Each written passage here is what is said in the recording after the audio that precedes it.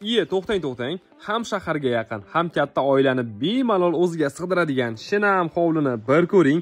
Olmayman deganingizda ham ovorasiz. Narxini qancha deb o'ylaysiz? Taxminingizni kommentariyada yozib turing. To'g'ri topdingizmi, yo'qmi? Videoni oxirida bilib olasiz. Hovli 7 sotix joyni egallagan 8 xonadan iborat. Katta oilalar uchun ayni muddao. Bino pishig'ichdan qurilgan, mustahkam asos ustiga plita bosilgan.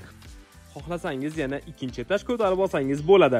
Hozirgi holatda kirib yashashga tayyor joylar bor, lekin yana kengaytirish imkoni ham mavjud. Kommunikatsiyadan umuman muammosi yo'q. Gaz, svet, suv hammasi bor. Kanalizatsiya davlat tomonidan kelgan. Tashvishi yo'q. Umumiy sanuzeli 2 ta, ichkarida bitta, tashqarida bitta. Jihozlarni olib chiqib ketishar ekan.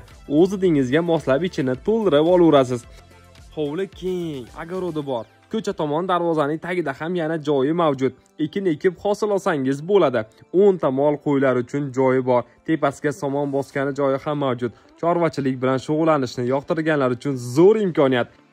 Selyos bosgani joyi ham tayyor holda. Agar siz oilangizni kengroq, tinch yashash joyiga ko'chirmoqchi bo'lsangiz yoki chorva tutib daromad qilmoqchi bo'lsangiz, aynan mana shu joy kerak.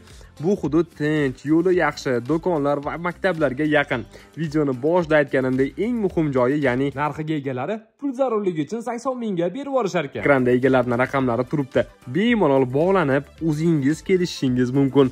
Manzili Farg'ona shahri, 5 bola, Belova ko'chasi, 34-uy. Bundan tashqari yana 8 sotixli 9 xonali hovlimiz ham bor. Kirib yashashga tayyor, uni ham sotamiz. Narxini alohida kelishsak bo'ladi, deyishdi egalari. Ana akam, opam ko'rdingiz, ma'qul keldimi? Bilaman, ma'qul kelgan. Endi shundoqina kimga shunaqa joyni ilinsangiz, barchalariga ulashib, jo'natib qo'ying. Kim bilsin, balki shunaqa shinam xonadon begona bo'lib ketmas.